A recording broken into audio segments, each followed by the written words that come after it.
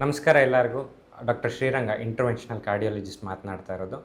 ಹಾರ್ಟಿಗೆ ಸಂಬಂಧಪಟ್ಟಂಗೆ ನೀರಿನ ಬಗ್ಗೆ ಏನಾದರೂ ಹೇಳಬೇಕಂತಂದರೆ ನಾವು ಯೂಶಲಿ ಹೇಳೋದು ಹಾರ್ಟ್ ಫೇಲ್ಯೂರ್ ಪೇಷಂಟ್ಸ್ಗೆ ವಾಟರ್ನ ರೆಸ್ಟ್ರಿಕ್ಟ್ ಮಾಡಿ ಅಂತ. ಬಟ್ ನಾನೀಗ ಮಾತನಾಡ್ತಾ ಇರೋದು ವಾಟರ್ ರೆಸ್ಟ್ರಿಕ್ಷನ್ ಬಗ್ಗೆ ಅಲ್ಲ, ಜನರಲ್ ಪಾಪ್ಯುಲೇಷನ್ ಎಲ್ಲರೂ ಮನೆ ಮಂದಿ ಎಲ್ಲರಿಗೂ ಏನು ಯೂಸ್ ಮಾಡಬೇಕು ನೀರು ಅಂತ ಕ್ವಾಲಿಟಿ ಇಂಡಿಕೇಟರ್ ಬಗ್ಗೆ ಮಾತಾಡ್ತಾ ಇದ್ದೀನಿ. ಅದರ ಹೆಸರು TDS ಅಂತ, ಟೋಟಲ್ ಡಿಸಾಲ್ವ್ ಸಲ್ಯೂಟ್ಸ್ ಅಂತ. ಯಾವುದೇ ನೀರಲ್ಲಿ ಅದರೊಳಗಡೆ ಇರೋವಂಥ ಅಂಶ, ಕಬ್ಬಿಣದ ಅಂಶ ಆಗಿರ್ಬೋದು, ಕ್ಯಾಲ್ಶಿಯಂ ಅಂಶ ಆಗಿರ್ಬೋದು, ಮೆಗ್ನೀಷಿಯಮ್ ಅಂಶ ಆಗಿರ್ಬೋದು, ಈ ಡಿಸಾಲ್ವ್ಡ್ ಸಲ್ಯೂಟ್ಸ್ ಏನಿರುತ್ತೆ ಅದು ಮಿನಿಮಮ್ ಎಷ್ಟಿರಬೇಕು, ಇಲ್ಲ ಅದಕ್ಕಿಂತ ಜಾಸ್ತಿ ಇದ್ದರೆ ನಮಗೇನಾಗುತ್ತೆ, ಇಲ್ಲ ಕಮ್ಮಿ ಇದ್ದರೆ ಏನಾಗುತ್ತೆ ಅಂತ ಒಂದು ಚಿಕ್ಕ ಮನವರಿಕೆ ಮಾಡಿಕೊಡ್ತಾ ಇದ್ದೀನಿ.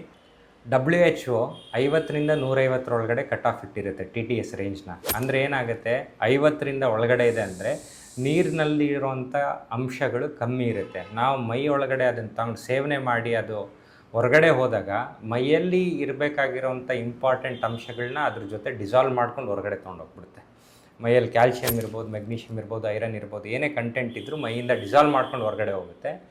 ಇಲ್ಲ ಅಕಸ್ಮಾತ್ ತುಂಬ ಜಾಸ್ತಿ ಆದರೆ ಕೆಲವಾರು ಕಂಡೀಷನ್ಸ್ ಬರುತ್ತೆ, ಫ್ಲೋರೋಸಿಸ್ ಅಂಥದ್ದೆಲ್ಲ ಜಾಸ್ತಿ ಆಗೋ ಚಾನ್ಸಸ್ ಇರುತ್ತೆ. ಅದಕ್ಕೆ ಒಂದು ಲಿಮಿಟ್ ಇದೆ, 50ರಿಂದ 150.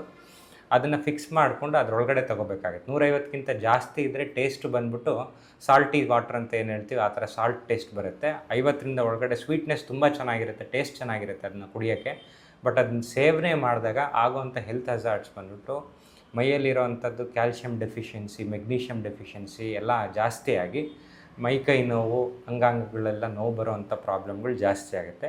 ಸೊ ಎವ್ರಿ ಟೈಮ್ ಎಲ್ಲರಿಗೂ ಹೇಳೋದು ಒಂದು ವಿನಂತಿ ಏನಂತಂದರೆ, RO ವಾಟರ್ ಸರ್ವೀಸಿಗೆ ಬಂದಾಗ ಅಟ್ಲೀಸ್ಟ್ ಅವ್ರದ್ದು TDSನ ಚೆಕ್ ಮಾಡಿ ಅರೌಂಡ್ 100 ಇಡಬೇಕು ಅಂತ ಕೇಳ್ಕೊಬೇಕಾಗುತ್ತೆ ಬಂದವ್ರ ಹತ್ರ. ಅದನ್ನು ಫಿಕ್ಸ್ ಮಾಡ್ಕೊಂಡು ಅದಾದಮೇಲೆ ಸೇವನೆ ಮಾಡಿದ್ರೆ ಅದು ಗುಡ್ ಕ್ವಾಲಿಟಿ ವಾಟರ್ ಅಂತ ಹೇಳ್ತೀವಿ. Thank you. Dr. Sriranga and his team are here to support you every step of the way.